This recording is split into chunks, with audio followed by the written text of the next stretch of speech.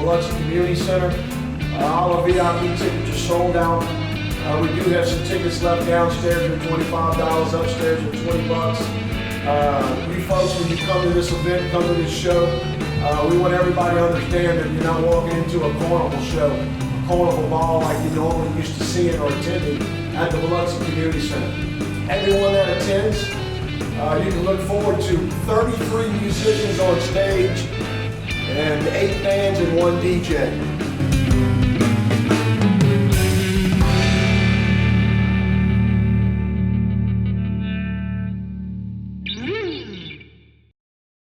Well, being as I'm kind of old, I started playing music in 1959. Yeah, I had a band in high school, and I went on. In '62, I started playing with the Rockin' Rebels and played with them until '69. Then I had another band after that for about 12 years, Knights of Rhythm. Yeah, I played with 2 or 3 other bands off and on. And as of recently, I've been doing just mainly vocals with Gary Gino's band. I haven't been playing any instruments lately, and really I can't. My fingers ain't too nimble quick like they used to be. But I did play coast to coast here on this coast. I played all over at all the nightclubs. You know, we played at Gus Stevens, we played at the El Toro, we played, you know, a lot of gigs back in the '70s. And but just about all of the people that played with me earlier, except for maybe one, is deceased. So I'm glad to be here.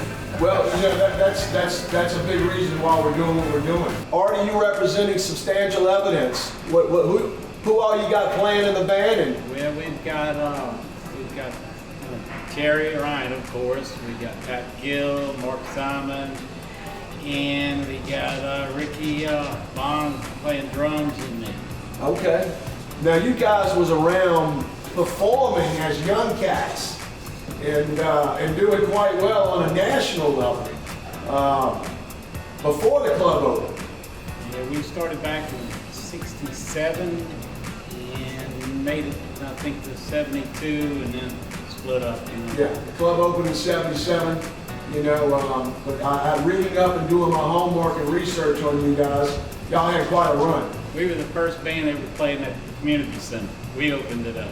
You know, it's kind of cool to have you guys sitting in and representing again another genre of music that a lot of people's forgotten about. Mr. Chuck Naquin, hey, I've got fond memories of you up on stage and sharing them photos earlier you were showing I've with got us. some. I didn't realize you were so good looking back in the day either. Well, thank you very much. I now know why Nicky had you in the band. So tell us about Chuck Naquin. Well, my first experience of the upstairs, downstairs, I never knew there was a band upstairs. I always thought it was called the upstairs, downstairs because you went upstairs and you went downstairs The entrance. to the entrance. And this fella named Gary Berry would come in and everybody seemed to know him. I'm going like, who is this guy? Big old beard and all this stuff. You know, Uncle Nick approached me when I was playing at the Row of the Albertville with David Dudley Review. He comes in and said, I'm looking for a bass player. I said, okay, I'm available. Where are you playing? He said, you're upstairs, downstairs. I said, well, I didn't know you played there. And he said, yeah, we're upstairs. That's when I found out that there was a band called the Checkmates upstairs. I played music up there with them playing songs I'd never heard before. I didn't know about New Orleans style music, but I learned quickly. Yeah. The dancers. Mr. Thomas Edwards, how we doing tonight? We're all good. Okay, all right. So you performing with Mr. Billy Miller? Billy Miller and the Soul Savants. Who else we got in the band? Who else we're gonna have the honor to listen to? Oh, we're gonna have a Ty Taylor on guitar and Patrick McGinley on drums, and there's a bassist that I don't know his Chris name. Jones. Chris Chris Jones. and myself. Brendan Roy. All right. And you guys play. Brendan Royal. Don't want to forget young Brendan. Brendan is playing. What kind of music can we expect out of y'all? Hopefully good. Let's hope. Hopefully good. We're going to be playing songs that are in Billy Miller's heart, and he's the lead singer, and we're gonna pack him up and hopefully bring a tsunami to the show. All right, we're gonna move over to, I guess, Tony Miguez, known as Rat. Yes, sir. Been in the game for a long time. Long time. Tony, you performing with, Meet the Press. and your band members, who can we expect on stage? And Robert. how long's it been? 30 years since we played together.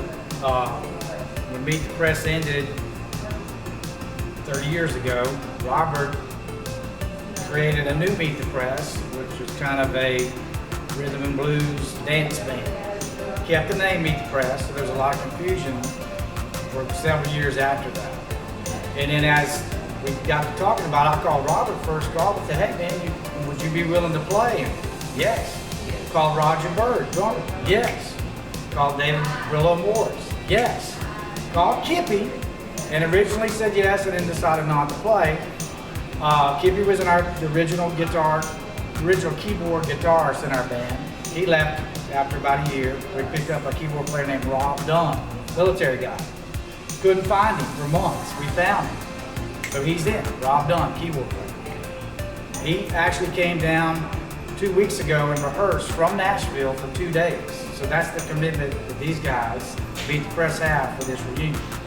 Anyway, we play the cool 80s music in the 80s when it was cool, when it was on the radio. We played In Excess, Tears for Fears, Mickey's Monkey, Well, the Finest, bands like that. So we can expect that? All of that, every bit of that. So Rob called yesterday and he said, look, he said, don't make this set too long. I said, what do you mean? We got a lot of time. That's what he said, just don't make it too long. He said, it used to be, we drink 6 beers per set. He said, now I drink 1 beer and I got to pee 6 times. So don't make it any longer than it has to be.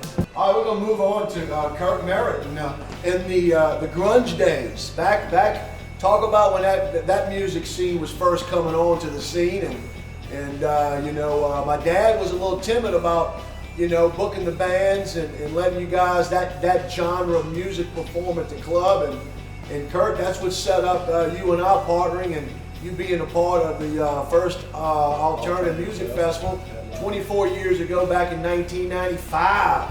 Well, we've been at it a while, right? Now we're telling our age. So y'all headlined that event, and then after that, that's when it kind of opened up the door at the Stairs for that genre of music. So, tell us who you're going to be gigging with on the 30th, and let's talk about some of the members and what can we expect out of Bumpin' Uglies. Okay, it's going to be me and Ryan. E-Boss was also in the Bumpin' Uglies. We're in a band called The Blend now, so we still play. And I also played with Joseph Potter Jr. at the Stairs in a band called Dane. Is Joe going to be playing with y'all? He's supposedly coming from Texas and doing He's coming? for a couple. He said he was. Yeah, okay. But yeah, we came in when Alternative came in, and we did the festival with you. And one thing I do remember is the stairway. To bring Toting that gear up and down. Hallway. Yeah. So what can we expect out of We're gonna play the stuff reunion? from the '90s, Pearl Jam type music and stuff we played then. Try to Soundgarden? bring back how we were then. Yeah, you guys broke ground, and 3 Doors Down ended up performing up Yeah. there, and Adam Level Ship, with the ground. level with the ground. Adam Ship went on to sign an actual record deal. Well, we want to thank you. I want to thank you guys for taking the time and coming out here and shooting this little highlight video, kind of giving the music fans and patrons that patronize the club through the 3 decades plus a few years what to expect. And funny now, I tell people, I'm 53. I was back when the heyday was going on. I was in my late 20s. So the average crowd for this event is going to probably be around 50 years old, and we're going to be on the younger end of that spectrum. So Hope we're not too heavy. yeah, it'll be good. So we're looking forward to everybody coming out once again Saturday, November 30th, upstairs, downstairs reunion party show. 21 and older to enter. If you're interested in purchasing tickets, you can go to www.clearvisionent.com and you can purchase your tickets. Other than that, we wish everybody some happy holidays, and we look forward to seeing everybody coming out on Saturday, November 30th at the Biloxi Community Center. Thank y'all.